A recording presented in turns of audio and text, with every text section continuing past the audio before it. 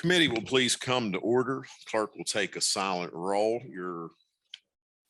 Or do we have minutes? Yeah, minutes are on the back page.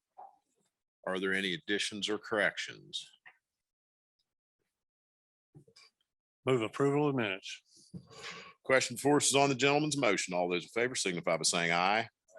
Opposed? The ayes appear to have it. The ayes do have it. Declare the motion adopted. First item on the agenda, the landscape of tax incentive evaluation across the states. Pew is working to help states consider setting up regular tax incentive evaluation process. Logan Timmerhoff, Principal Associate, Fiscal and Economic Policy, State Fiscal Health, Pew Charitable Trust. The floor is yours, sir. Thank you very much. Can you hear me okay? Chairman Howell, Chairman Swope, thank you very much for the invitation to be here with you today in this beautiful place. My name is Logan Timmerhoff. I work at the Pew Charitable Trusts. Pew is a large nonpartisan nonprofit organization in DC. We deal with a lot of things from the environment to floods to fiscal policy, from penguins to pensions, we sometimes say. I'm with the state fiscal health team. We try to help states enact sound fiscal and economic policies. In particular, the team I'm on is the tax evaluation team. So what we do is try to help states who are interested in setting up processes to regularly evaluate their tax incentives, help them set those systems up. So it's really nice to be here with you today. My presentation today will start with some reasons that states benefit from evaluating tax incentives. After that, I'll provide an overview of the status of evaluation processes across the country and highlight some best practices for evaluation. Finally, I'll wrap up with some strategies policymakers have used to ensure evaluations are used in the policymaking process and give some examples of how states have done so. So why should states evaluate tax incentives? Well, we think that there are many good reasons. Tax incentives are one of the primary tools that states use to try to create jobs, attract new businesses, and strengthen their economies. But there are also major budget commitments, collectively costing states billions of dollars a year. And lawmakers have often lacked good information about how well these programs are working. But that's changing. Lawmakers are demanding good information on the results of tax incentives so they can invest in the programs that get the best results.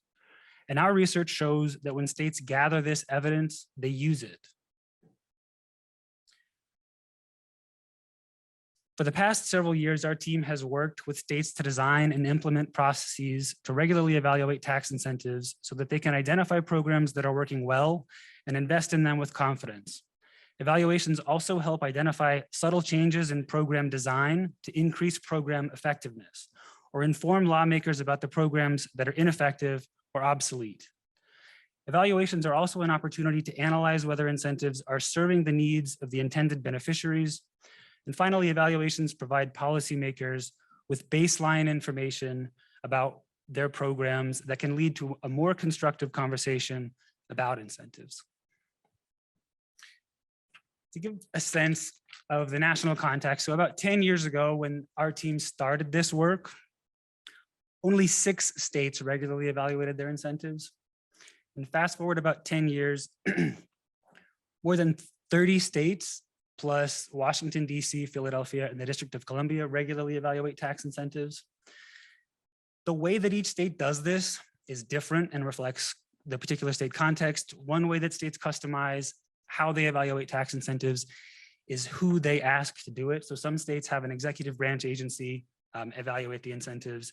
Some have independent agencies, legislative staff, legislators themselves, or outside experts like universities or private contractors. States also customize their processes with regard to the scope of their evaluation, the scope of the evaluation. So some focus only on business tax incentives, some focus on all tax expenditures, and some even incorporate things like loans and grants to businesses. One question that we are often asked is how states staff their evaluation processes. Because of the wide variation between states, it's difficult to provide an answer that holds for everyone. As you saw, who states choose to conduct the evaluation varies, and this can make a big difference. Some select agencies that already have research capacity, and some states supplement their analysis with outside experts. For example, North Dakota lawmakers have asked the Bank of North Dakota to provide supplemental analysis on the economic impact of some of their state's incentives. Depending on the scope of review, many offices ask to add staff so that they can continue to perform the office's existing responsibilities. How often states look at the same program makes a difference too. States with short review schedules, like 1 to 3 years, need more people to do the same quality of work. One observation that's true across states is that starting an evaluation process can be a lot of work, especially when a state is evaluating all of its tax expenditures. States that have built up a robust process find that it takes less time after the first round of reviews, especially if there haven't been major changes to a program since it was last reviewed. I want to just stop there and see if there are any questions. Does anybody have anything that they'd like to ask as far as clarifying or otherwise? Any questions? None.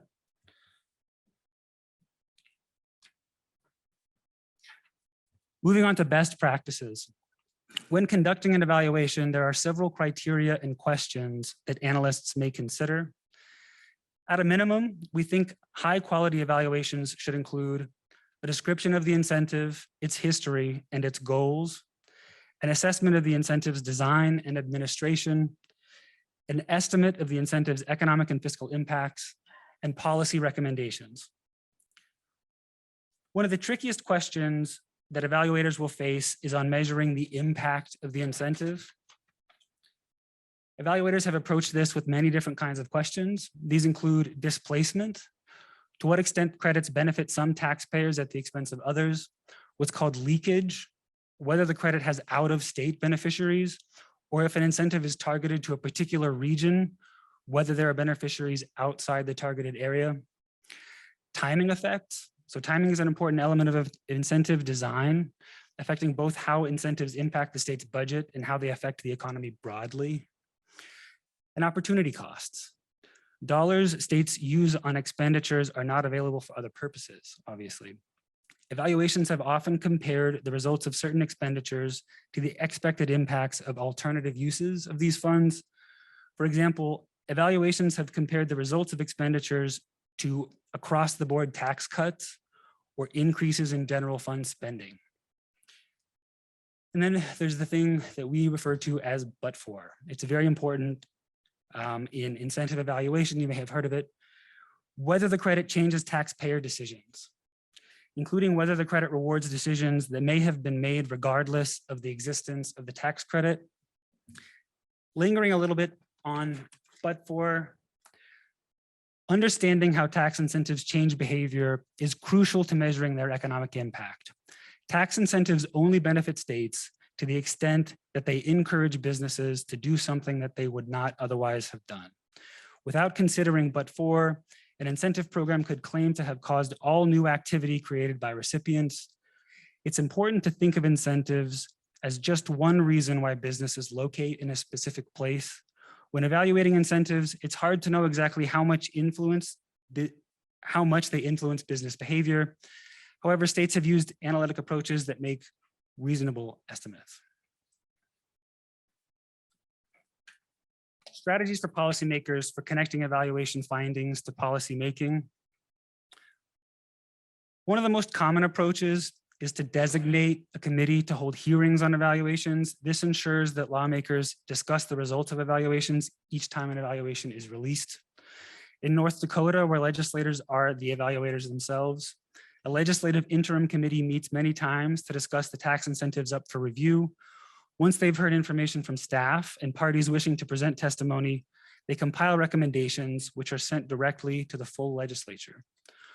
Rhode Island uses a different mechanism. By law, the governor's budget proposal must include recommendations on whether to continue, change, or end each incentive evaluated during the past year. These gubernatorial recommendations are then the subject of legislative budget hearings, providing lawmakers an opportunity to consider tax incentive alongside other state spending. Oklahoma's process is overseen by a commission that includes non-voting executive branch officials, ensuring that state leaders are involved in the review process. And other states use existing standing committees or create new committees to provide a place for evaluators to share their findings and give an opportunity for lawmakers to hear testimony from the public. I'll pause there again for questions if anyone has one. Questions of our presenter? No, sir.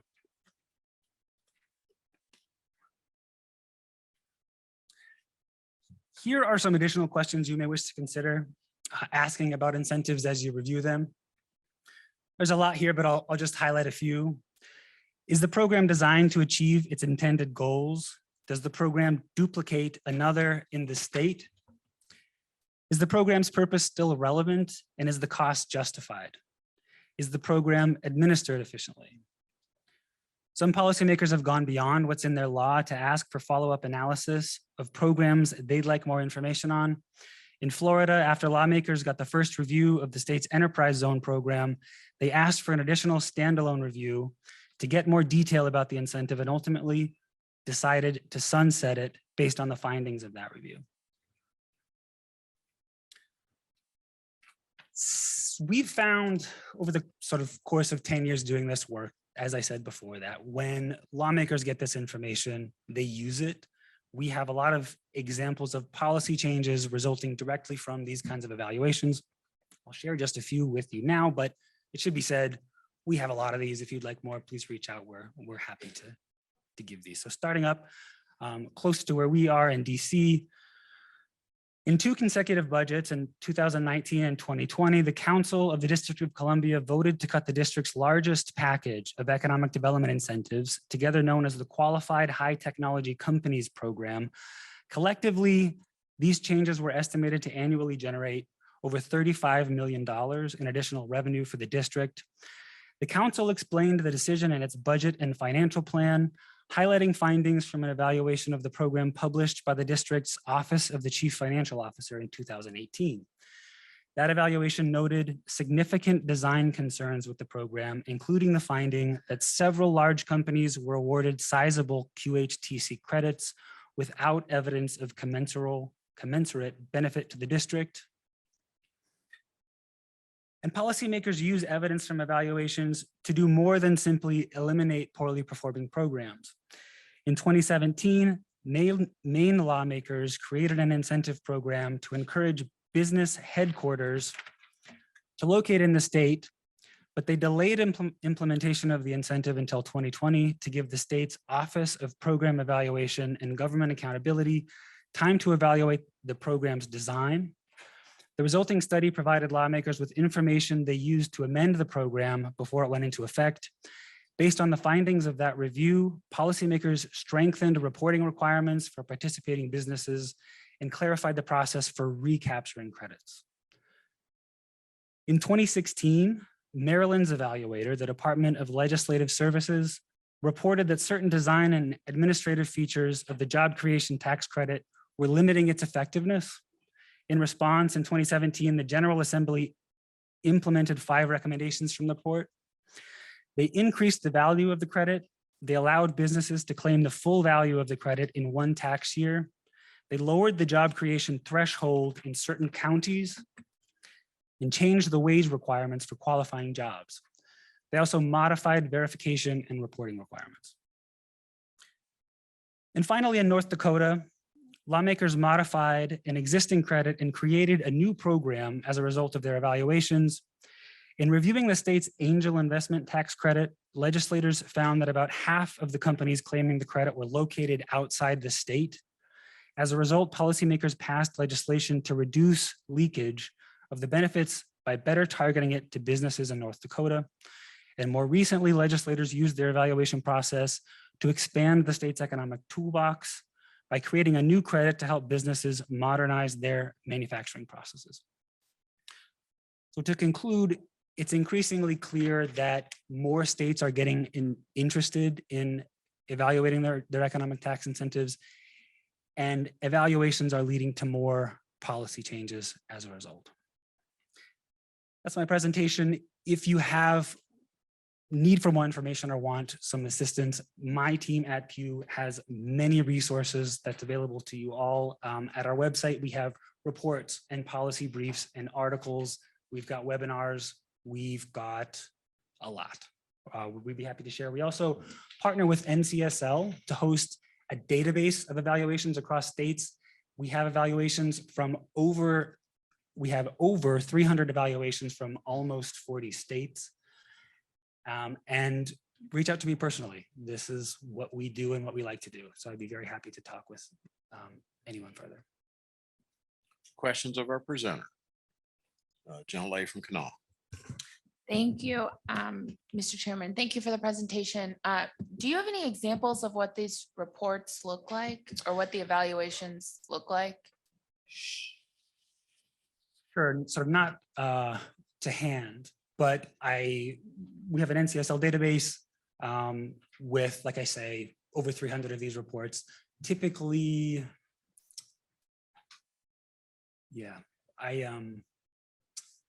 typically what happens is the report will discuss in some detail maybe the credit in broad strokes, some discussion of the goal, some discussion of the use, and then some analysis regarding how that use is matching the goal, to what degree it's kind of reaching its intended. Okay. And are most of these evaluations written into states' codes, or is this just initiatives that are being taken? Yes, most are written into code. Okay. Okay. My next question is for Chairman Tarr or Senator Nelson. I'm not on finance, but typically, do we do any sort of review of our tax credits at all? I know some of them sunset, just if you guys have any experience. It says we don't do anything like this in here, but I'm curious as to your all's experience. Thank you. What happens in our finance office a lot of times when these just come up, first of all, I guess to give the perspective on it. Recommendations for tax credits come into the finance committee office quite a bit. So, for any legislative session, there's tax credit after tax credit that comes in. And it really chops up our tax code. As the gentleman mentioned, it plays favorites at somebody else's expense a lot of times.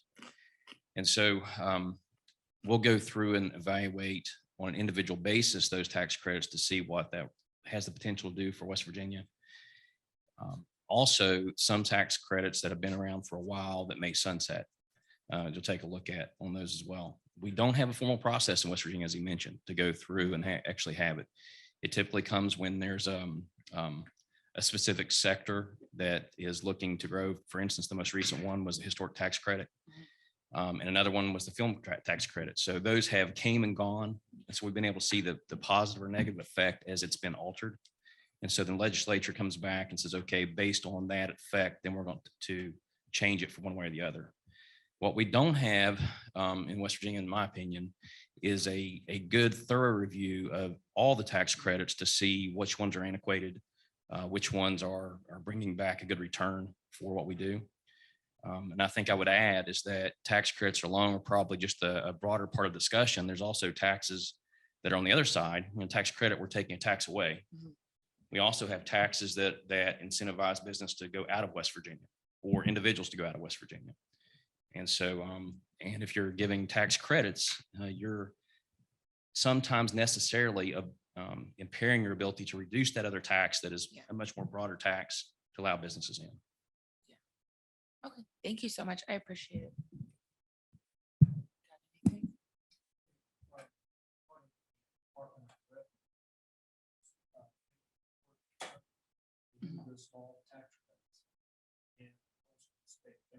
Okay. So we have that. Okay. And then one more question for the presenter. Do you have pros and cons of like which of these programs seem to be working, or kind of like what best practice looks like? Programs being tax incentive programs? Yeah, like the different evaluation methods. we try to stay agnostic as to sort of evaluation processes between states. It's kind of up to the states. We like to see sort of best practices being regular evaluations, in-depth evaluations, discussions of goals of credits, analysis with respect to whether or not those goals are being met,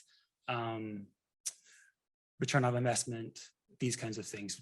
Kind of a more fulsome evaluation generally is seen by us to be better, if only because it's obviously giving more information to legislators. It's more information out there about these programs. Okay, thank you. Further questions? Thank you, Mr. Chairman. West Virginia has excess revenue income currently in recent years we've never seen before. And we're looking at a couple of tax opportunities to just eliminate taxes across the board, which would be same thing as an incentive. Property tax is one, income tax is another. Is this evaluation process the kind of activity we should do that would help predict the outcome of either of those choices? I think it may be useful to the degree I mentioned some forms of evaluation in looking at effectiveness, compare the effects of credits to cutting spending across the board or increases to the general fund. So you could say certain credits set against what would happen if you cut taxes across the board by a certain amount. You could get a better sense of whether or not the credit is also kind of carrying its own in the mix, I think.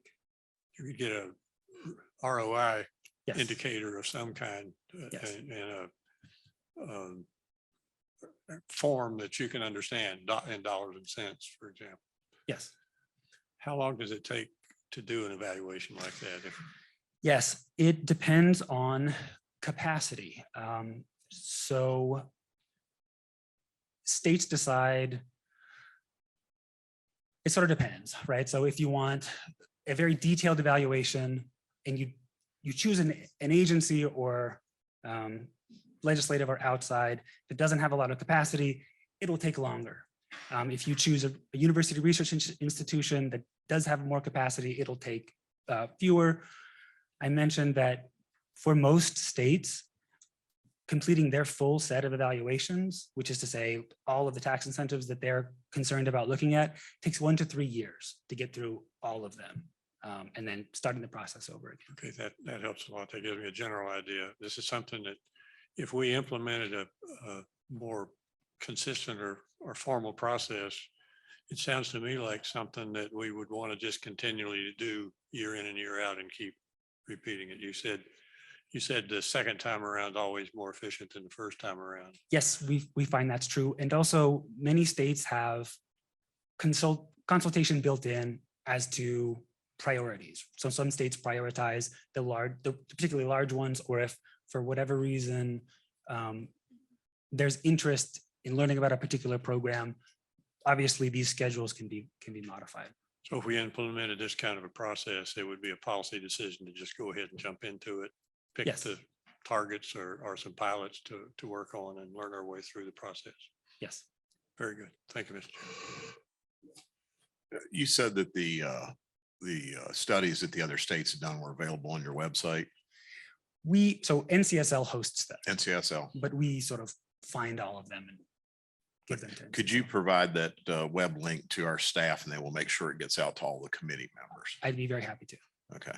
And when you're looking at the best practices, is that, does it tend to be state specific? Like, let me give you an example, like maybe Massachusetts and New Mexico had a very similar tax credit, and Massachusetts looked at this doesn't work and Mexico said this does, or New Mexico said this does work. Have you seen that in looking at this? They tend to be more state specific. I can't speak to a particular example, although I know that states in evaluating their incentives have learned from other states' evaluations of similar incentives, and so have improved the way that they evaluate. I can't say that I can recall an instance where incentive evaluations have come at sort of cross conclusions. Okay. All right, further questions? Gentleman from Putnam. In any of the reports that you have done for other states, do you go into all the way down into the interconnectivity of the tax system? So if you're evaluating a certain tax credit that maybe overlaps with something a municipality did or something a county does, and then also at the state level, or does it only focus at the state level? I can't say with any specificity, but I do know that there are some evaluations done in states that look to these kinds of overlapping issues and have spoken with some analytical clarity as to kind of the implications of that, but I can't give you a specific. Just my, one of the things that as we've been looking at our tax structure here in West Virginia most recently, and we had an amendment going about ballot for being able to let the legislature to eliminate the tax on some of our certain property taxes, or not the real property taxes, but on ad valorem tax on equipment inventory, those type of things.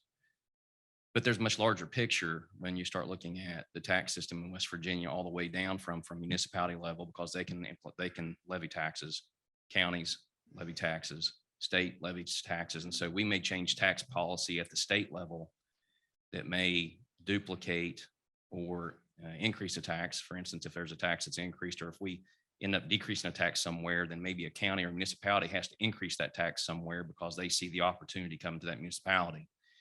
And one of the things that we've seen happen, I think, of that convoluted system of taxation is the B&O tax in our municipalities, for instance. So they had a lot of our municipalities levy a B&O tax, and they also levy an increased sales tax on top of the state sales tax. And so you have businesses that leave those municipalities to avoid that extra taxation. And while at the same time, while they're providing that extra tax, we're trying to cut the tax on that business to attract them into the same area. You see what I'm saying at the state level? Yeah. So they bump against each other. So to look at it in an isolation on the tax credits can be difficult. So if there was an evaluation process, I guess what I would recommend to the committee that we look at is that if we went down that path, that it would be more comprehensive than looking at individual tax credits. One thing I'll mention is that we found that these evaluation processes also provide an occasion to look at sort of the tax system more broadly and to better align them with the state's economic development agenda broadly. That's also one use. Further questions? If not, thank you for your time, sir. Thanks, everyone. Is there any other business come before the committee? If not, Move to adjourn. gentlemen, moves we adjourn. All those in favor signify by saying aye. Opposed, stay here.